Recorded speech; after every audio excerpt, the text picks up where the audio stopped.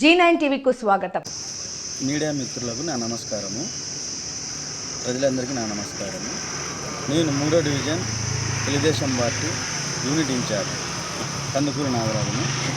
మీకు మనవి చేసిన ఏమనగా, నిన్నటి రోజు కొంతమంది నేను గిట్టని వాళ్ళు వైఎస్ఆర్ పార్టీ వారు మా పార్టీలో కొంతమంది తల్లిపాలు దాగి రొమ్ము గుద్దేవారు కోవర్ట్లు నా మీద అలిగేషన్ చేసి నేను డబ్బులు ఇవ్వాలని శోభా గారికి గోపాల్ గారికి ఇవ్వాలని నిన్న ప్రెస్ మీట్ పెట్టి డిఎస్పీ ఆఫీస్ కానీ 1 టౌన్ కానీ నా మీద ఫిర్యాదు చేయడం జరిగింది. వాస్తవమే, నేను వారికి 10 లక్షలు ఇవ్వడం వాస్తవమే. నేను అప్పు చేసినా కానీ తప్పు చేయలేను. నేను ఫ్లాట్ వ్యాపారం చేస్తా, రిలేట్ చేస్తా. నేను కొంతమంది దగ్గర అప్పు తీసుకున్నా, వాళ్ళకి సకాలంలో వడ్డీ కానీ అసలు కానీ కడుతున్నా. ఇప్పుడు వ్యాపారం ఫ్లాట్ వ్యాపారం జీరో అయిపోయింది కాబట్టి కట్టలేక చుట్టుకుంటున్నా.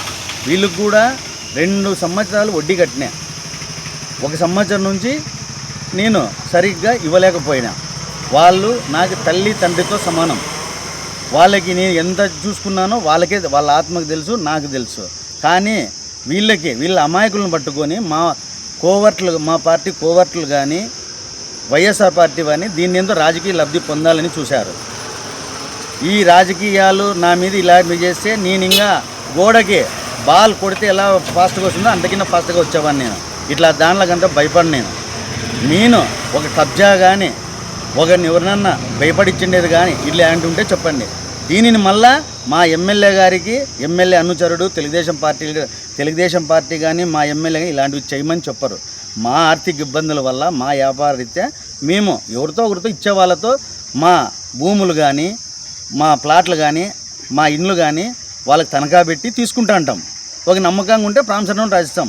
వీళ్ళకి కూడా నేను ప్రామిసరీ నోట్ రాసిచ్చిన. స్టార్టింగ్లో 2 రాసిచ్చిన, మళ్ళీ 2 రాసిన టైం అయిపోయిందంటే అలా. అంతేగాని వీళ్ళకి ఏదో నేను ఎగరగొట్టాలా ఇంకోటి అలాంటి నా ఉద్దేశంలో లేదు. నేను ఎగరగొట్టను కూడా. నేను ఇంకా కొంతమందికి ఇవ్వాలా, ఇంకా 2, 3, 4 ఇవ్వాలా. వాళ్ళకి కూడా నేను సకాలంలోనే ఇవ్వాలనుకున్నాను. కానీ ఇప్పుడు ప్లాట్లు నాకు కూడా ఉదయంపేటలో, పామరాయిలో, కెనాల్ దగ్గర ప్లాట్లు ఉన్నాయి. అవి ఇప్పుడు రియల్ ఎస్టేట్ పడిపోయింది కావున ఇవ్వలేకపోతున్నా. టైం వచ్చినప్పుడు అందరికీ ఇస్తాను, అందరికీ ఇచ్చేస్తాను. అంతేగాని నేను ఎగరగొట్టాలా ఇంకోటి కొట్టాలని ఇది లేదు. ముఖ్యంగా వైఎస్ఆర్ పార్టీ వారికి నేను మీ మాదిరికి ఏమన్నా కబ్జాలు చేసేవాడినే. భూములు సెంట్రల్ పార్క్ ఎంత కబ్జా అయింది.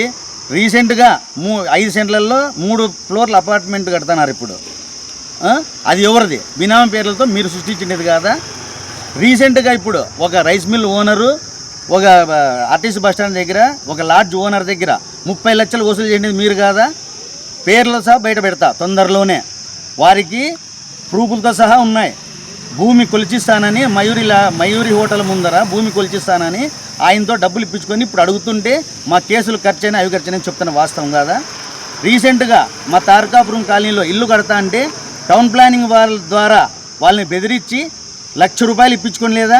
ఇంకా మీ గవర్నమెంట్ పోయినా మీ దందాలు ఇంటి దగ్గర పోయి ఇల్లు కడతా అంటే 10 లక్షలు, 5 లక్షలు, 1,00,000 ఇట్లా ముష్టి ఎత్తుకుంటున్నారు. మీకు సిగ్గుగా అనిపించలేదా? మళ్ళీ ఎదుటి వారి మీద నిందలేస్తారా? దానికి మా ఎమ్మెల్యే ఇలాంటివి సహించాడు. వెంటనే ఖండిస్తాడు. నిన్ననే నన్ను పిలిచి ఏమని నా ద్వారా వివరణ తీసుకున్నాడు. అప్పు చేసినానని చెప్తే అప్పుడు ఇదే మీ మాజీ ఎమ్మెల్యే మాదిరిగా మీరు కబ్జాలు చేసుకుంటూ పోతే, అవినీతి చేసుకుంటూ పోతే చూసుకుంటూ ఉండే రకం కాదు మా పార్టీ క్రమశిక్షణకి, ప్రజాస్వామ్యంలో క్రమశిక్షణకి మారుపేరు మా తెలుగుదేశం పార్టీ. మేము కూడా అలా చేయము. ఒక్కటి ఏదన్నా వీళ్ళకి నేను డబ్బులు ఇల్ల కానీ వాళ్ళని బెదిరించినానా లేదా వాళ్ళకి మోసం చేసినానా ఆ గేర్ అంతా తెలుసు నీళ్ళ వాళ్ళకని.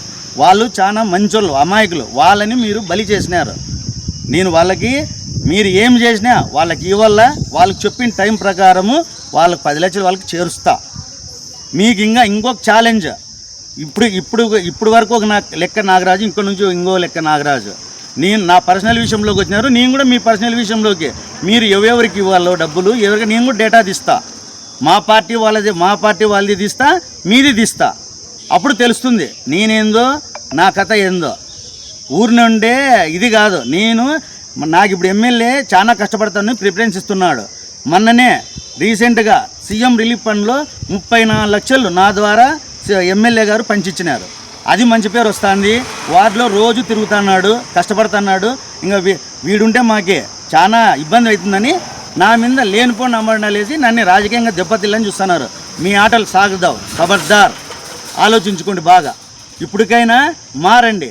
ఏదన్నా ఉంటే మీరు కరెక్ట్గా ఉండడం నేర్చుకోండి. నన్ను కాదు, నన్ను ప్రశ్నించే అధికారం మీకు లేదు. మీవన్నీ తొందరలోనే బయట పెడతా. జై తెలుగుదేశం, జై జై తెలుగుదేశం. నిజాలు తెలుసుకొని మీరు కూడా ప్లే చేయండి. ఎందుకంటే కొందరి జీవితాలు ఇదవుతాయి.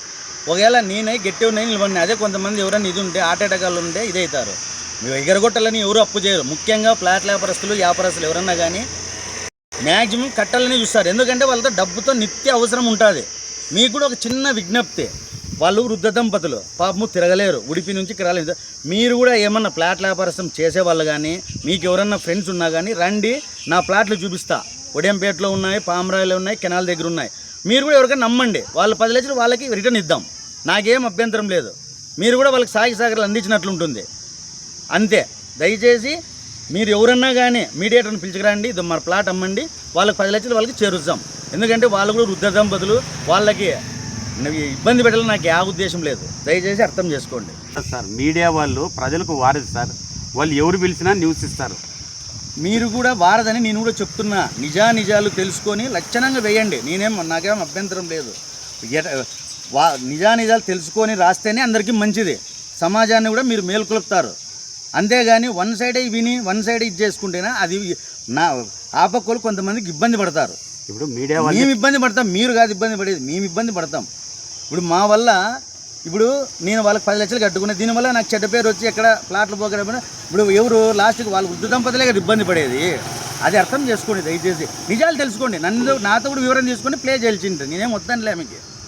మీడియా వాళ్ళు ఎవరు పిలిచినా వస్తాం సార్. ఎవరు బాధల్లో ఉంటే వాళ్ళు వస్తామండి. అలా అనికేసి మీడియా వాళ్ళని నిందించడం ఎంతవరకు? మేము మిమ్మల్ని నిందించడం లేదు సార్.